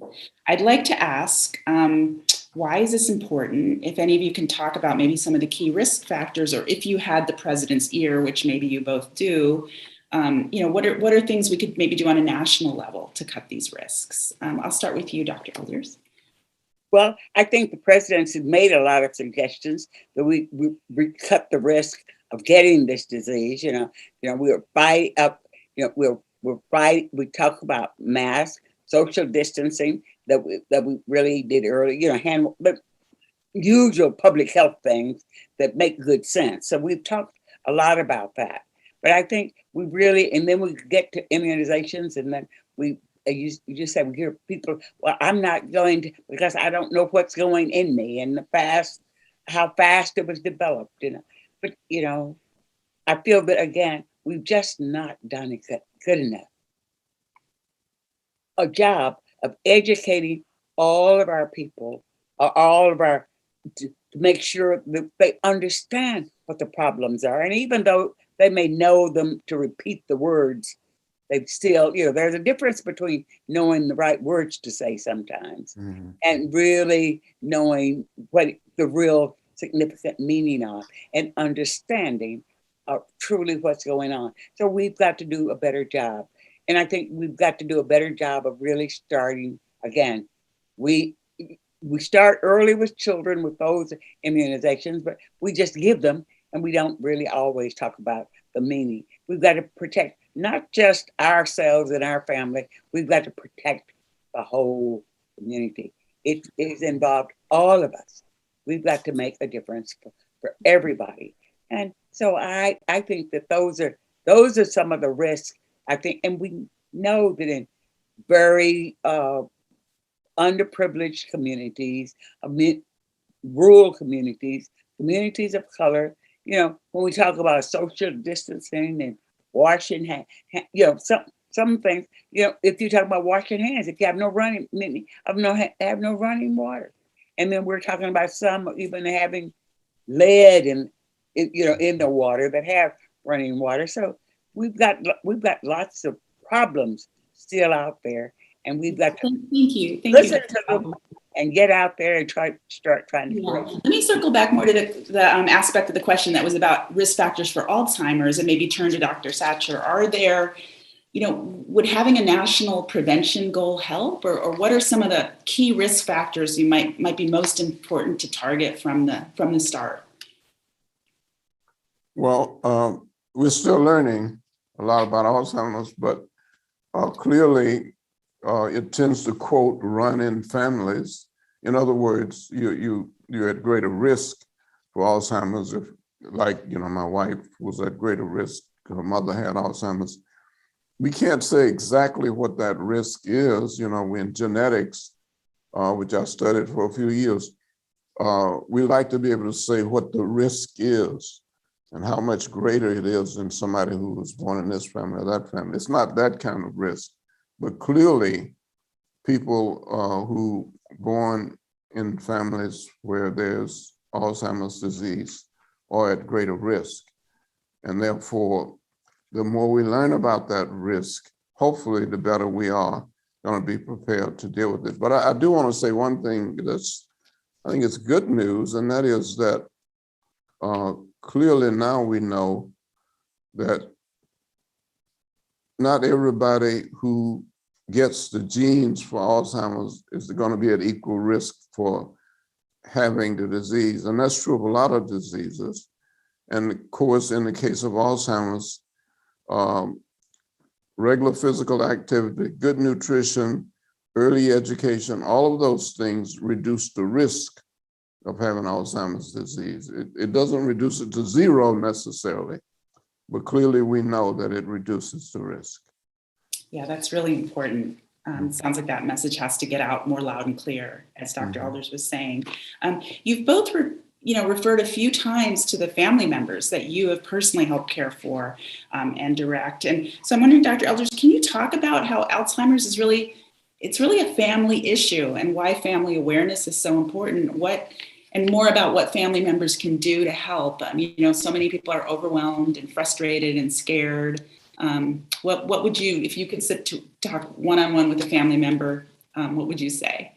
Well, you don't know what you'd say. At least I don't know what I would say. But I think that we all want to say when Dr. Satcher defined public health, we all want them to have all of our family members or to have the very best health that they possibly can. And we all want to do what we can to ensure that they have the best health possible.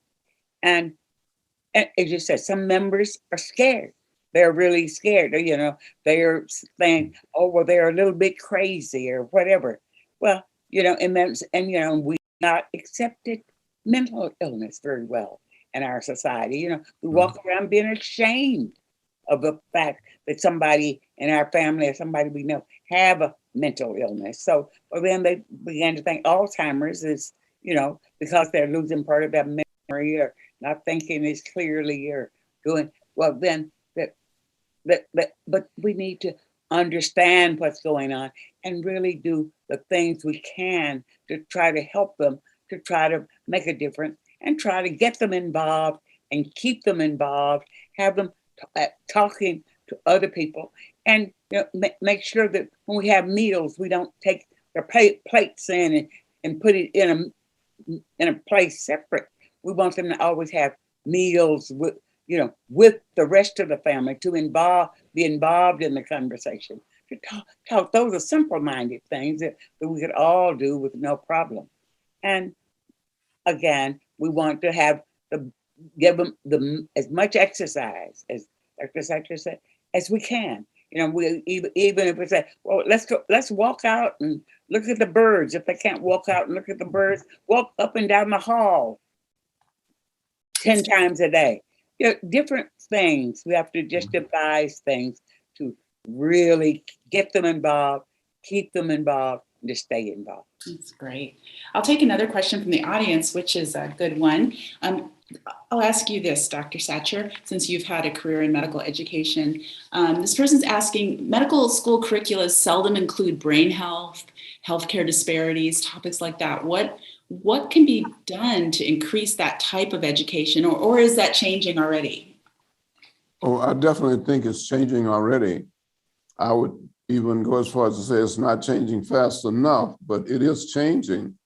And even when I was a student, which was a few years ago now, it was beginning to change. And we need to know much more than we know about the brain. But clearly, mental health is on the table now.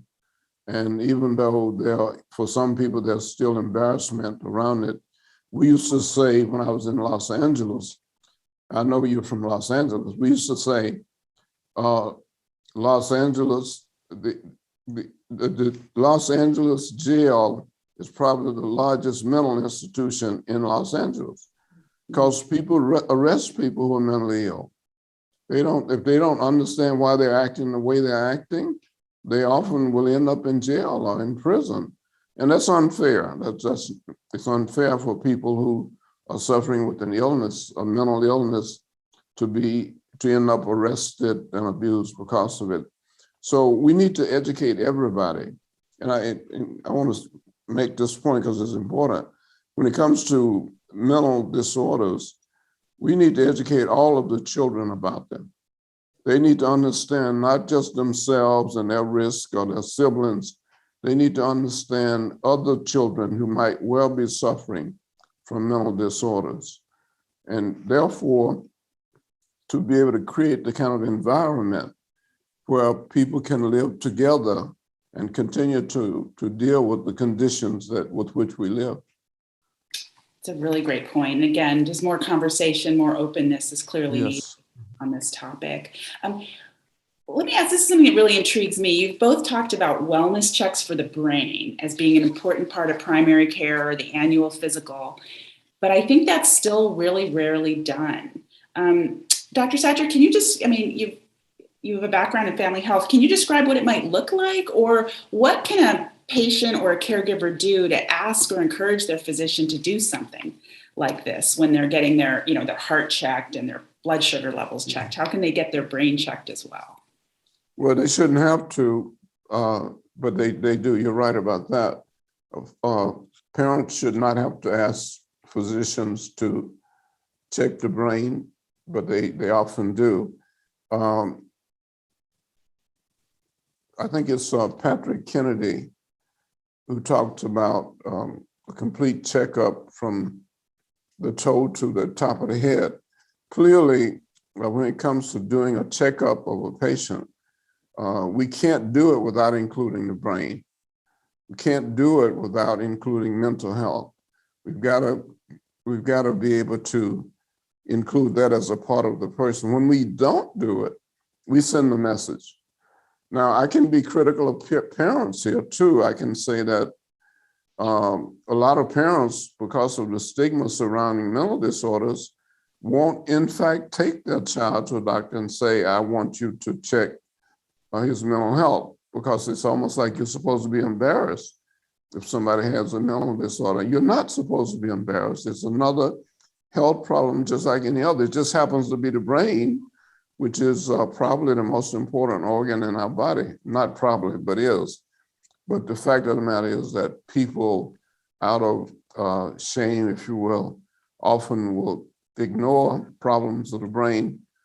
And I think it's a feeling of almost hopelessness. It's not just shame, it's almost hopelessness that there's nothing we can do. Well, there is something we can do, and every day we're learning that we can do more. And we can do more as individual physicians to individual patients, and also do more in public health. In other words, public health can do more to create the conditions in which people can be healthy, even though they may be struggling with the mental disorder. Public health can do better. Public health can work with families where there's a person with Alzheimer's disease. So there's more we can do in public health, just like there's more we can do in medicine. Yeah, I think that's a great point. I think we should end on that really strong and important message that there's a lot we can do to prevent Alzheimer's, and there's a lot we can do at individual level, family level, physician level, and national public health level. I want to thank all of you for joining us. I want to thank our two guests. I want to thank Us Against Alzheimer's for all the incredible work they do for all people. Thank you for joining us. Thank you. It's a pleasure. And some physicians do kind of try to do what they can do to check our brain health, by doing certain tests. I realize they don't give you an exact answer, but at least they make you think about it and make it look and say, well, it's stable, or you probably don't want to tell somebody you're going down fast, but they already know that before you tell them. Just following up on what Dr. Elder was saying, we talk about public health, and I believe that public health can make a much greater contribution than we are making. Clearly, public health can create an environment in which people feel comfortable seeking care, for mental disorders. Public health can help to do that, but we've got to be willing to talk more about mental health and then to make it stick. It's almost like Luther Terry said, who was the first person to do a report on smoking and health. He was on the way to the press conference, and his assistant said, "Well, Dr. Terry, the first question they're going to ask you?" And he said, "No, what's that?" He said, "They're going to ask you if you smoke." Dr. Terry was smoking at the time. So they went on to the press conference, and Dr. Terry did just a great job of presenting the report. First question, "Dr. Terry, do you smoke?" And he said, no, I don't. And the reporter had done his job. So he said, "Dr. Terry, when did you quit?" He said, "I quit 30 minutes ago." And he never smoked again. He never smoked again. He walked around with a lapel pin saying, "Thank you for not smoking." That's wonderful. Thank you. I know that's stretched a little bit, but. Yes. Okay. Thank you, everyone. Thank you. Thank you. Don't miss your plane, Dr. Satcher.